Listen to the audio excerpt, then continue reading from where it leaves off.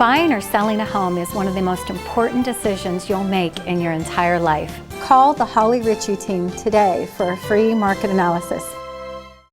Hi everyone, I'm Anthony Spano and welcome to Spanning the Needs, Stories of Your Lifestyle.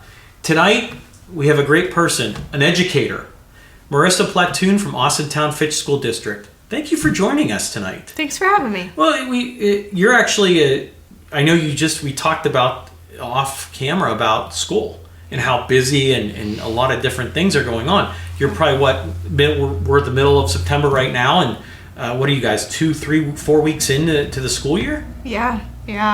We're getting there, and still trying to get the cobwebs out from summertime, and it takes time, and we're just trying to get in the groove of things and make sure our kids are ready to go for the rest of the school year, and it flies by. It flies by. So yeah, and like you were saying, you've been there 6 years. Yeah. And it's like that. It's yes. just flown by. Absolutely. And what's that look like? Just one day, your first year, and you're like trying to understand what the atmosphere is, and then year 6, you're like, walk in. I'm a pro at this now.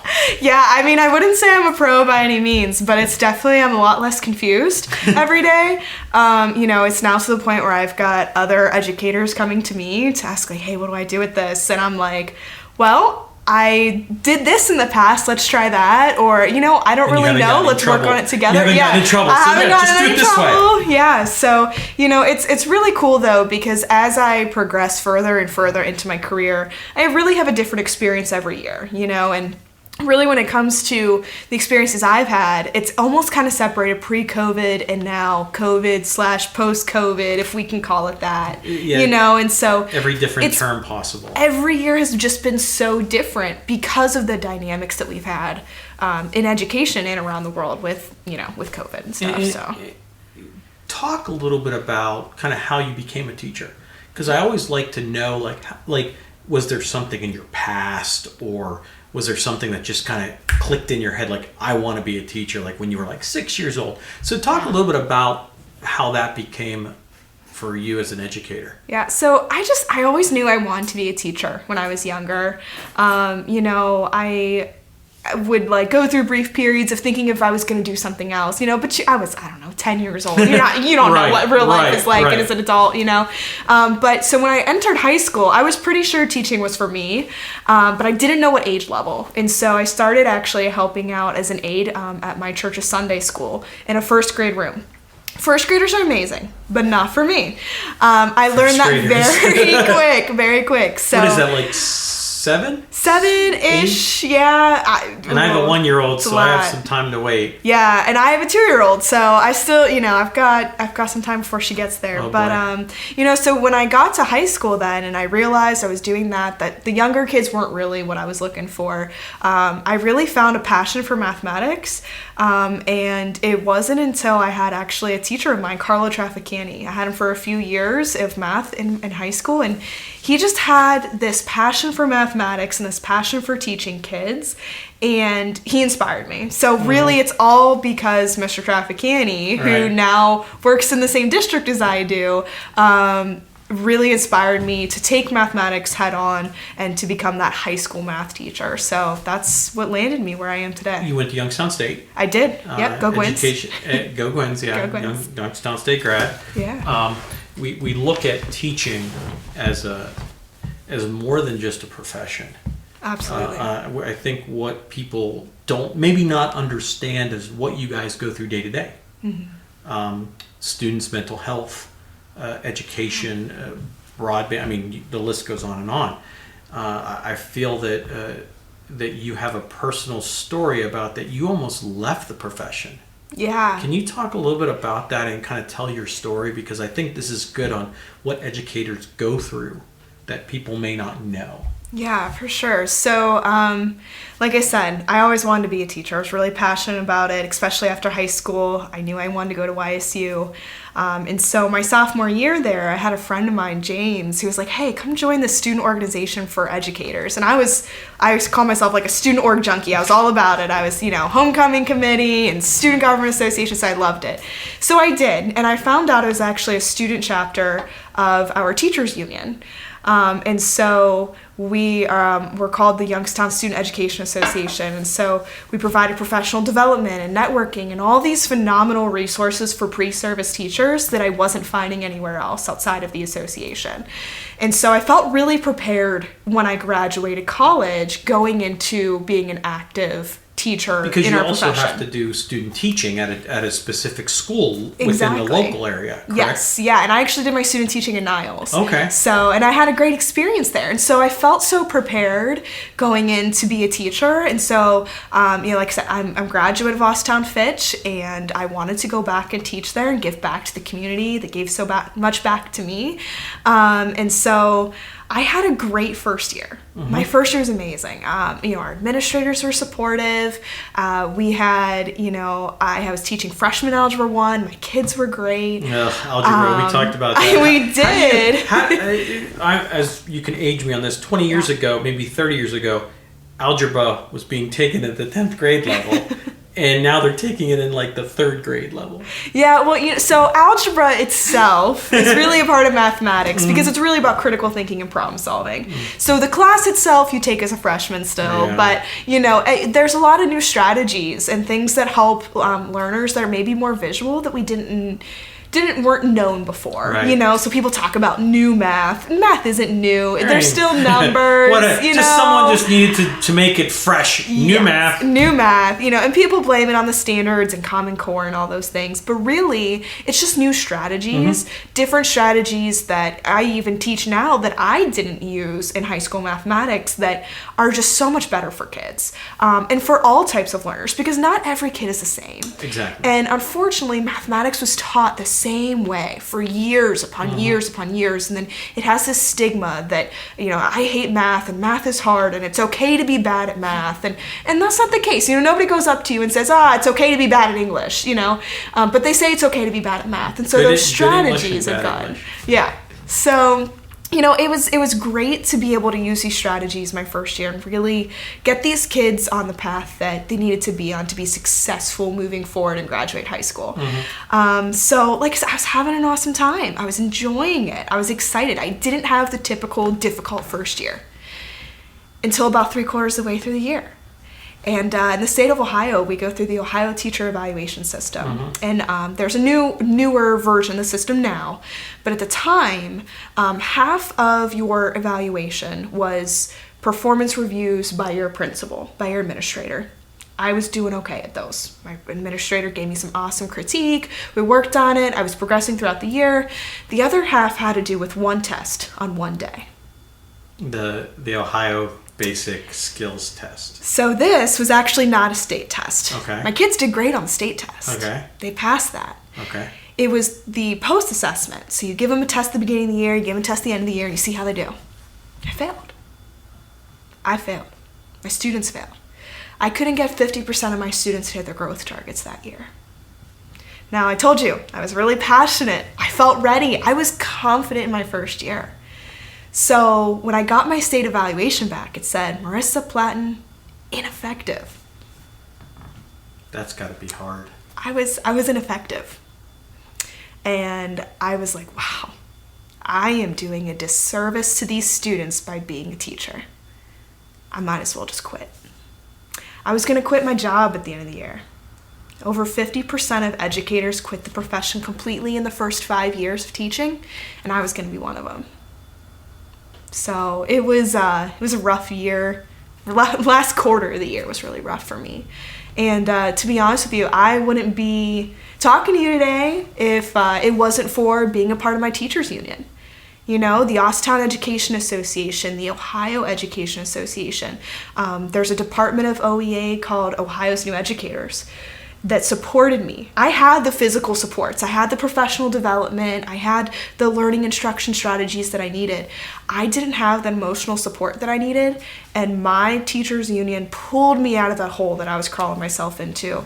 And they encouraged me to keep going and to get better and to realize that it was one test on one day that I had no part in creating because I was a first-year teacher.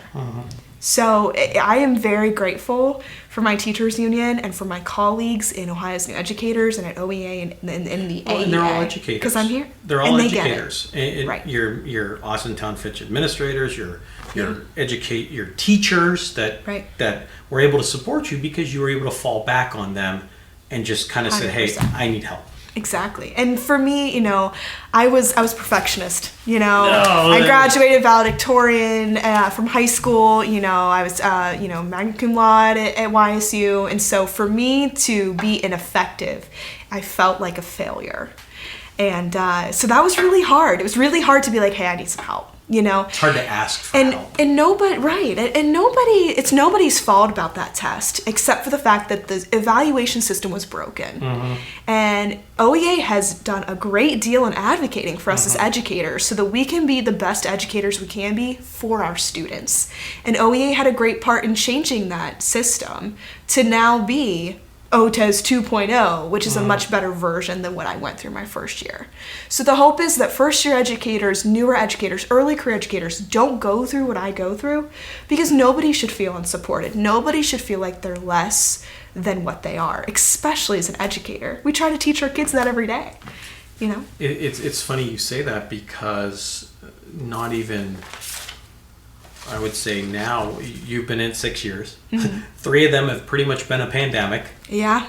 And a big number, you talk about how teachers leave first 5 years. Okay. Here's a number for you. This comes from the Bureau of Labor and Statistics. I can't even say it. 2.6 million public education, K-12 and higher education, have left since the pandemic. This was February 2020 to May of 2022. 1.3 million have been laid off, and about 700-some thousand have retired. Yeah. Did the pandemic really put that much pressure on educators? 100%. And how did it? Yeah, absolutely. So in the spring of 2020, we get a call. We're going to be gone 3 weeks. And then we're like, okay, figure it out, right? Because, no fault of any administrator or any school district, because they were going through the same things we were. They weren't prepared for a pandemic.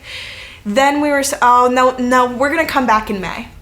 And then it was, no, we're not coming back until next year.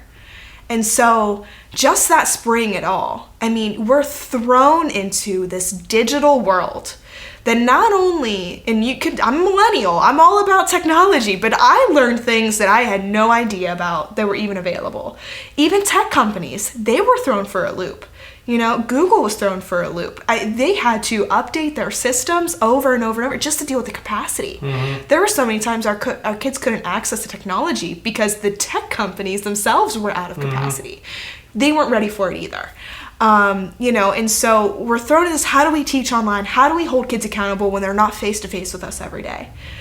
And you get through that, and you're like, oh, good, we're done. We're going back to school. Going back in the fall of 2020. Going back in the fall. We're ready to go. And then but we're not ready to go, because now we've got some students that are comfortable and families coming back and some that aren't. We've got medical issues to worry about. We're worried about ourselves. We're about masking. How do you keep kids to wear their masks all day in these buildings? It was, the next year was hard. It was, because I know for me personally, I was teaching students online and in person at the same time. Mm-hmm. And that was by choice. I gave my online students the option to Zoom into my class during their class period, so it felt more like live instruction. But that was a requirement in some school districts. Yeah. And how difficult is that? It's not just online. It's not just in person. Now it's both. When you've got veteran teachers who have never used a piece of technology in their life, and you've got first-year teachers who have never even taught before. So the whole career continuum was affected by that. Over the last 3 years, now we're already in year 2.5, whatever you would like to call it. Yeah. What has changed? Has anything changed the way you approach schooling now as an educator? Because we've talked about that mental health of students not getting that one-on-one or group, not being able to comprehend or move to the next grade because they didn't maybe have the resources to like you said, systems were always down. You're trying to teach. What is that kind of? What have we learned from the pandemic, from the first year going back, and now I think, if I'm not, correct me if I'm wrong, now you're going to have schools going into full mode like it was prior to the pandemic. Is that a good enough assumption? Yeah, I would think that's a pretty good assumption, is that most school districts are what we would call pre-pandemic, pre-COVID, things before the world shut down, which is good, which is nice. I can even tell in the past few weeks with my students, they even have a better appreciation for school, the kids themselves. You would hope. Yeah, I mean, because they, as much as they were like, oh, woohoo, we get to be off, they came back and they were like, wow, I missed you guys. This was a lot. We don't want to be online. And that's why you had a large surge of kids that next year want to come back. And really the ones that stayed home were because of medical issues with themselves or their families. And so, we've learned a lot. We really have. And one of them, you touched on it, is student mental health. There was a huge drop in mental health services during the pandemic because they couldn't go see a guidance counselor. They couldn't go see a school psychologist. Yeah, and with telehealth, I mean, you saw telehealth come about, but that's not the same for a student whose brain is developing at their age, especially for me with teenagers. So teenagers were potentially being isolated by themselves and then all of a sudden being thrown back into school, and there was a big kind of combustion of feelings for many of our students coming back.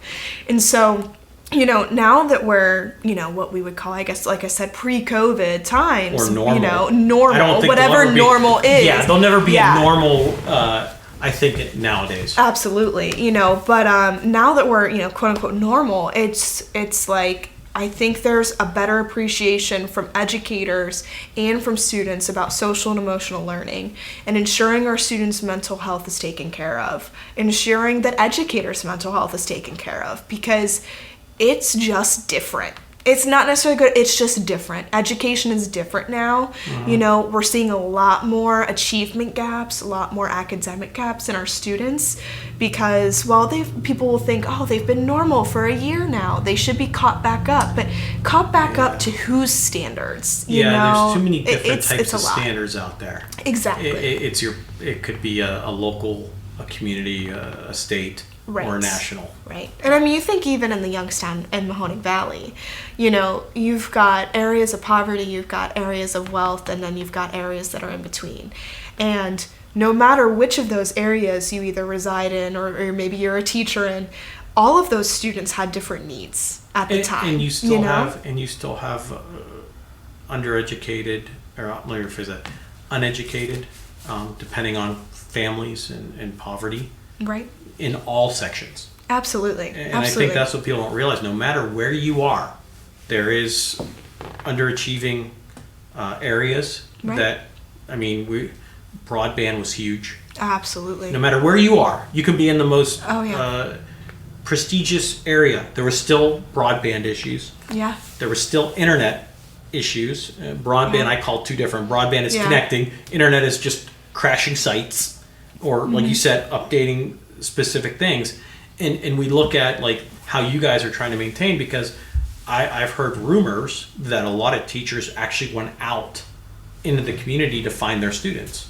Yeah, absolutely. I mean, there are colleagues of mine that were dropping off packets at students' houses, especially during quarantine, because students didn't have access to internet. As I said, the world was not ready to go digital. Yeah. As much technology as we have in 2020 or had in 2020, we still weren't ready. And so I had many colleagues who were driving to their students' houses to just even say like, hey, I need you to work on these things. We need to work together. When can we meet?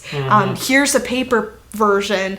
I'll come back and pick it up, because we couldn't have access to these students. And I mean, and there's remnants of this still today. There were some students we just weren't able to reach in 2020. Interesting. And so those students, unfortunately, they suffered from it academically. And we're still, like I said, we're still trying to close those gaps. And it's going to take a few more years. Things, as much as we would like to say look normal, academically are not normal. There are still things that I have to go back and review teaching freshman Algebra 1 from 8th and 7th and 6th grade because they didn't get it because we're behind. And again, I don't like saying behind because behind who, right? We're behind the whole world, but behind, I guess, what we would have been pre-COVID.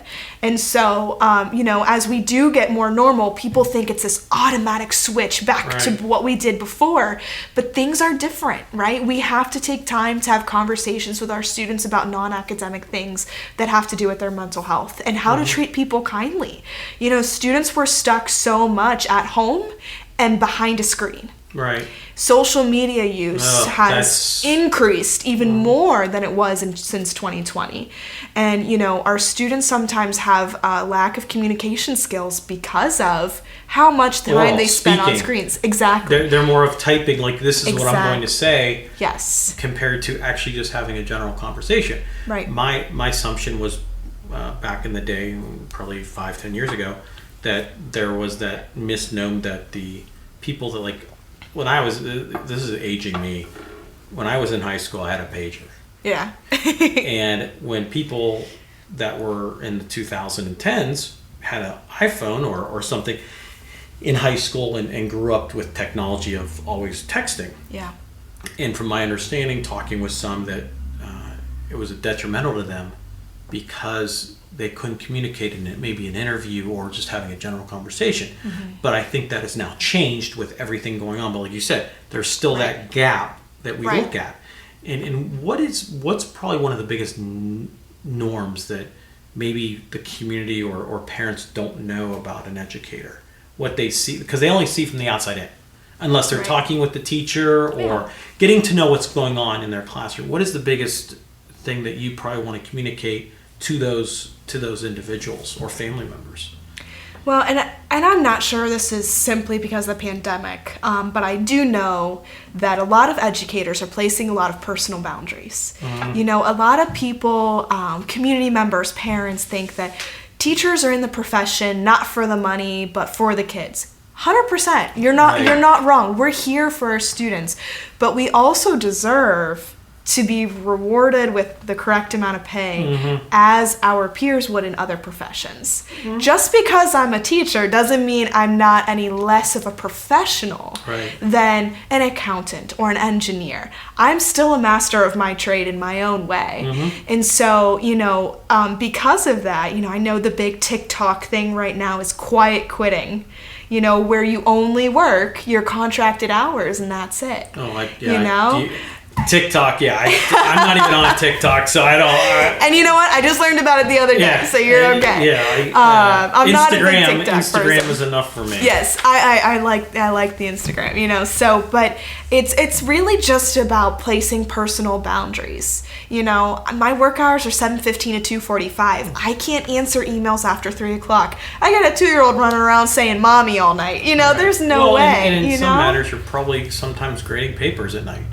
And and I personally, I've even set the boundary that I don't do that. I have a planning period. I have time in my work hours where I get paid to do that work. And so, I know we've got this quiet quitting thing going on. And do I do things before and after my contract hours? I do, to a certain extent. But it's really important for community members and parents and those outside of the classroom or the offices and the buildings and the buses to really see that just because we're trying to set personal boundaries for ourselves does not mean that I'm any less passionate about teaching their student. That is why I'm here. I'm passionate because I want to make a great impact on students academically and increase their success in mathematics. That's why I'm here, because I'm passionate about that. But that doesn't mean that I have to work 5 extra hours afterwards and not get, some sort of stipend for it. And so I know that's not an expectation in the Austintown Local School District, but that is an expectation in other school districts around the state of Ohio. And teachers are getting not necessarily punished, but somewhat of a target on their back because they're not going above and beyond, because people will see that as, they're not dedicated enough. And that's not the case, and so those boundaries are there, and we work to advocate for our students and for ourselves and as our colleagues, so that we deserve to get paid for the work that we do all the time. So I think that's something that really has come out of the pandemic is people were willing to set those boundaries because they started spending more time with their families. Well, they were able to start right. creating that divide when they went back to work after, the quarantine was over. Right, and I worked from home. And I felt like I worked a little bit more. Yeah. And it is what it is. It's hard to do, though. It is, and I respect educators and everything. And we look at that as we mentioned earlier about people that have quit the profession, left retirement, so in that first 5 years. But we also look at that we're almost a month, 3, 4, 5 weeks into the school period, and there still are hundreds of thousands of jobs, teachers, bus drivers, staff for the school districts. And they're just, it's becoming, and people don't understand, like they may be doing something that they probably haven't done. And we look at that, how do we continue to keep educators, number one, and recruit in that kind of work related force? Because you look at it as people either leave the profession for a variety of things. It could be from want to just get out of the profession in general, a better job, different branch, more pay, better work balance. Right. It could be 100 different things. So in your opinion, how do you balance that to try to recruit these educators? Because I have seen school districts provide a lot of different incentives to get these teachers, a signing bonus, help you move. What's that look like in your eyes? Because you've seen a variety of different things. What's that look like? Yeah, so, recruitment and retention are probably one of the biggest things because as you stated those numbers earlier, I've heard those numbers, but it hits me very real every time, and so you see good educators leaving the profession, but there's also not a lot of young people passionate about education. And in my opinion, because they hear what the current teachers are going through. If I was a young person who had no idea what I wanted to do, I probably wouldn't pick education either. Because you hear people talk about it and you hear all these negative things. And of course, in the media and everywhere, you're going to hear the negative things. You're not going to hear all the positive things. Yeah, and that's why we pride on that. We pride on the story of the individual and what's going on in the general basis. And we want people to understand, like, there are good things that no matter what profession it is, but you know how it is. There's always a handful of bad apples within every group. Yeah. Are you going to have the best of this, the best of this? Yeah. And that's, and that's the thing. People are there bad teachers somewhere? I'm sure there are, like you said, there's a handful of bad apples in every profession, in every company. It just is what it is, but I know in Austintown we have phenomenal educators, and we still don't have people coming into the profession. I know YSU's College of Education enrollments have declined. It's over the past, I don't know how many years since I've graduated. Last 10, 15 years. That used to be one of the main, at Youngstown State, it should be one of the main feeders. They used to have hundreds. Oh, yeah. Now it's down. Yeah, and it's hard because educators are so overwhelmed that they have a hard time taking on student teachers.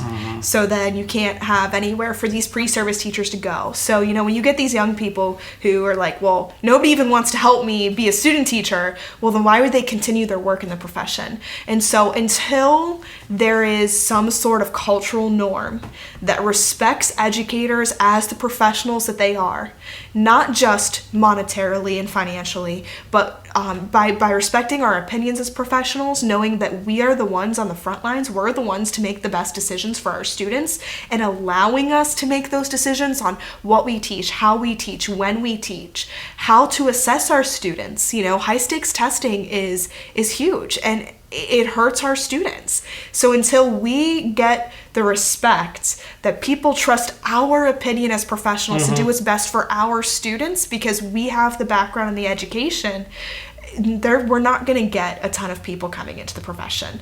Because who wants to go into a profession where you're not respected as just even a human being? There are, places that we can't even bargain fair contracts. And we have the right to bargain in the state of Ohio. And there are, some local school administrations that are unwilling to bargain fair contracts for their educators. And without a fair contract, that's your educator's working environment is a student's learning environment, you know? And so we're not going to get people in the profession until we start respecting educators for everything that they are, physically, emotionally, monetarily, all of that. And it really comes down to that, in my opinion. And we look at that the pandemic has also opened up a lot of disparities. Absolutely. From what little resources the schools had compared to what they need for moving forward. Yeah. And we look at it as there used to be, like, we knew of this issue, but then when the pandemic hit, the issue just became explosive. Absolutely. And each district's different. Yeah. And everything like that. So we look at that, and if you could give one advice to future educators, people that maybe aren't thinking about the profession, or they're thinking about it, what kind of advice would you give them? I would tell them to jump in and advocate for themselves and their students, because without advocacy, nothing will change. You know, so if you're thinking about the profession, you're like, well, I don't like this about it, then change it. You know, and that's what's so powerful for me to be a part of a union, is with that collective voice, with that collective power, we can see change. I told you earlier, OEA was absolutely crucial in getting that punitive evaluation system to a newer and better version. You know, and we're never done, right? Yeah, the work of advocacy is never going to be done. perfect. Right. No matter who's advocating for what. Exactly. It's never going to be perfect. Exactly. You're always going to get some different opinions on this is how it should be, this is how we should be, stuff like that. You know, and that's the thing. I can respect diverse opinions. It has to be what's best for our students, though. You know, and so that's what I would tell anybody that's wavering on the decision to become an educator or not, is to really just jump in and advocate for the things you want to see changed, and work your butt off on the things that you're really good at. You know, and find the support. It's okay to not know what you're doing your first year, because as though you student teach and you do your preclinicals and your service hours and all that stuff, it's not the same when you're thrown in there by yourself. It's really not, especially if you're in a different district than what you student taught in. You're not used to it, and you're not sure what the expectations are. And you know, education has changed every year, and because of COVID, but also not because of COVID. It's always changing and evolving. You know, and so. It's really something that we just gotta work towards and work for, and realize that if you don't have a passion for bettering the lives of students, education as a career is not for you. Might not be your. And that's okay to admit. But I teach seniors as well, you know, and I tell them, I said, I don't care what you do after high school. You don't have to go to college if you don't want to. You don't have to go to trade school if you don't want to. You can go in the military. You can just get a job. I just want you to be successful and be happy in doing what you're doing. It's the norm that would you rather get paid $5 million for a job that you hate, or get paid $100,000 to a job you love? Right. I forget who always says the quote, and I've gotten multiple answers on this, that if you love your job, you'll never work a day in your life. Yeah. And I've heard different people say that.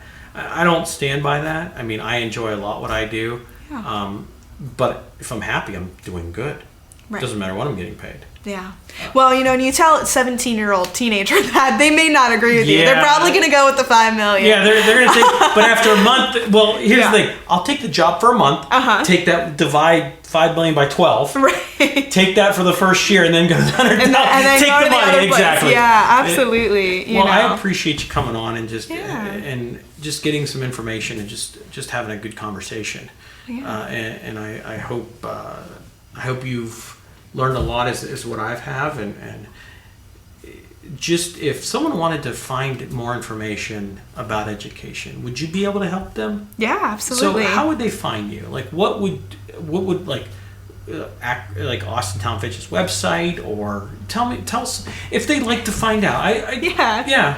Yeah, so I mean, my staff bio is on Austintown Fitch's webpage. Like I said, I'm also highly involved in the Ohio Education Association. Okay. So I'm actually a member ambassador for Ohio's new educators. So they can go to ohea.org/one, and they could find my information there as well. And yeah, I'd be happy to talk to anybody, you know, if you're and interested in spreading education, awareness about, you know, what's really going on in our schools today is another passion of mine besides just making students better. I appreciate it. So, thank you. Thank you for coming on, and appreciate your time. I know you're a busy educator. Yeah, thanks. Especially 3-4 weeks in. So yeah. It's only going to get busier. Yeah, especially when the fall comes around. Oh, yeah. At the end of each show, I like to work with my guests and just have some fun. Okay. So I have some rapid questions. All right. I'll do my best. Yeah, the answer can be personal or professional. It's totally up to you. There's, in my opinion, there's no right or wrong answer. All so right. Here we go. I'm ready. Best accomplishment. Making it this far. Not quitting my first year Okay. and actually being willing to accept help. Okay. Best memory. Having my daughter. She is the light of my life, and my husband and I are so grateful to have her. Yeah, It's one awesome year memories. for me. Yeah. She wakes up, she smacks you, wake up, Yep. and she smiles. I'm mad at you. Best experience. So educationally, it truly is, and this might sound super cliche, but cliches are the way they are because they're true. When those students have those light bulb moments or realize, hey, I'm actually not bad at math, I just needed to look at it a different way. I've had a few of those that are really, really big over the past 6 years, and it has been awesome to see kids progress from, I hate math, I can't do this, there's no way I'm going to pass, to, oh my gosh, I just got a C in math class when they thought they were going to get an F. So those are awesome to see. Who's your role model?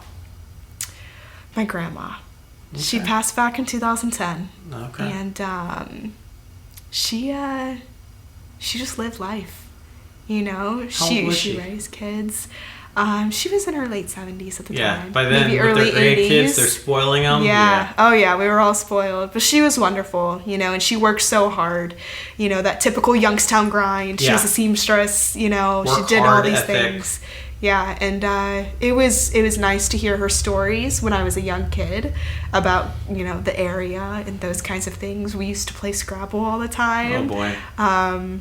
We were playing that game Mad Gab where it's all jumbled words and you have to figure out what someone's trying to say. And she's like, oh yeah, they're saying it. And we're like, no, we're not. I have no idea what I'm saying. Grandma, so, no. Yeah, but she was an inspiration, and so I miss her dearly. Okay. Last question. If there was one person you'd want to meet, past or present, who would it be and why? Wow. I haven't thought about that one in a long time. Like I said, it could be anyone you want. Or a couple people. Yeah. I really don't know. That's a hard one. I'm not a very decisive person, so when I haven't thought about something in a while, it might take me. Well, you got about 10 seconds. You got about 10 seconds. All right. Yeah. I will say Oprah is a phenomenon in my opinion. So I think it'd be awesome to sit down and have a conversation with her. Or Brene Brown. Her leadership information is amazing. Her books are great, and so I would love to sit down and have a conversation with either of them. Okay. So, yeah. We'll leave it at that. Thank you, everyone, for joining us tonight on Spanning the Need. You can check us out for more shows, podcasts, and events at spanningtheneed.com. Thank you for coming on. Thanks for having me. Good night, everyone.